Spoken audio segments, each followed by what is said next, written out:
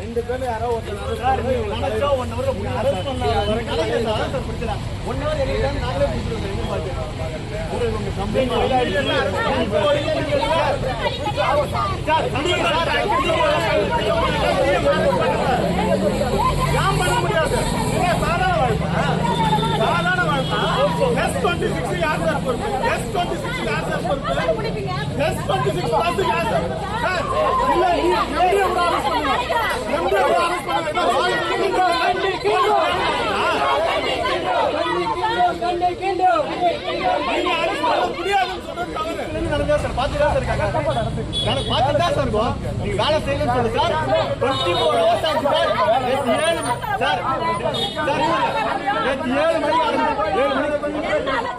பத்தொன்பது 12/2025 நேற்று காலையில் ஒரு 8:10 மணி அளவில் ஒரு 12 வயது சிறுமிய அவங்களுடைய தந்தை வந்து S26 பஸ்ஸில் வந்து ஏற்றி பள்ளிக்கு வந்து அனுப்பியிருக்காரு.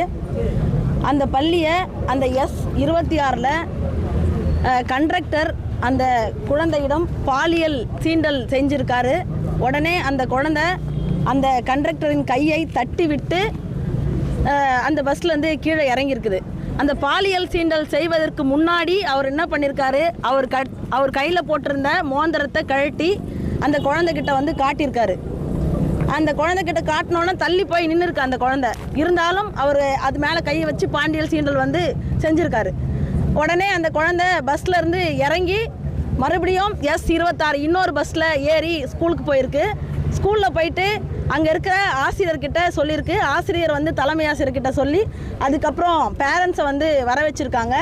பேரண்ட்ஸை வர வச்ச உடனே இது மாதிரி கம்ப்ளைண்ட் வந்து கொடுக்கலாம் அப்படின்னு சொல்லிட்டு அங்கேருந்து சொன்னதுக்கப்புறம் 1098லேருந்து வந்து அவங்களும் வந்து சைல்டு வெல்ஃபேர் கமிட்டிலேருந்து வந்து அவங்களும் விசாரணை நடத்தியிருக்காங்க. நடத்திட்டு காவல் நிலையத்தில் கம்ப்ளைண்ட் கொடுக்கலாம் அப்படின்னு சொல்லிட்டு R9 வலசரவாக்கம் காவல் நிலையத்தில் நேற்று எங்களோட வந்து தான் வந்து அந்த கம்ப்ளைண்ட் கொடுத்தாங்க. அப்படின்றது கம்ப்ளைண்ட் கொடுக்கறதுக்கு அந்த பெற்றோர்கள் வந்தது இல்லாமல் அந்த குழந்தைய வந்து இந்த காவல் நிலையத்திலேருந்து வந்து கூப்பிட்டு வர சொல்லியிருக்கிறாங்க. காவல் நிலையத்தில் அந்த குழந்தையும் வந்து விசாரிச்சிருக்காங்க. காவல் நிலையத்தில் பாதிக்கப்பட்ட குழந்தையை அழைத்து வந்து விசாரிக்கக்கூடாது, விசாரித்தது தவறு அப்படின்னு சொல்லி நாங்கள் நேற்று அவங்களையும் வந்து வான் பண்ணோம். இது வந்து தவறு அப்படின்னு சொல்லிட்டு இன்றைக்கி வந்து அந்த விஷயத்தை வந்து ஏசி சார்கிட்டையும் வந்து சொல்லியிருக்கேன். எப்படி வந்து காவல் நிலையத்தில் வந்து குழந்தையை அழைத்து விசாரிப்பீங்க அப்படின்னு சொல்லிட்டு. அதுக்கப்புறம் எஃப்ஐஆர் போட்டிருக்காங்க. அந்த எஃப்ஐஆரில் 9C போட்டிருக்காங்க. 10 போக்சோ வழக்கு வந்து பதியப்பட்டிருக்குது. ஆனால் குற்றவாளியை வந்து இன்றைக்கி வரலும் வந்து கைது பண்ணலை. கைது பண்ணணும் அப்படின்ற காரணத்தினால நாங்கள் வந்து இந்த போராட்டத்தை வந்து நடத்தினோம். ஏசி சார் வந்து கூப்பிட்டு பேசும்போது நாளைக்குள்ளே அந்த குற்றவாளியை கைது பண்ணுவோம், அதுக்கான நடவடிக்கைகளை எடுக்கிறோம் அப்படின்ற ஒரு உத்தரவாதத்தை கொடுத்ததுனால இன்றைக்கி வந்து கலையிறோம்.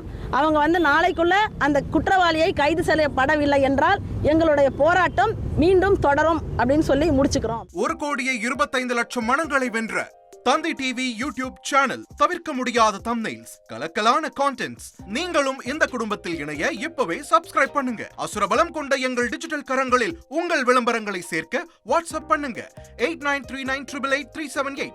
Email advttanditv@dttv.in.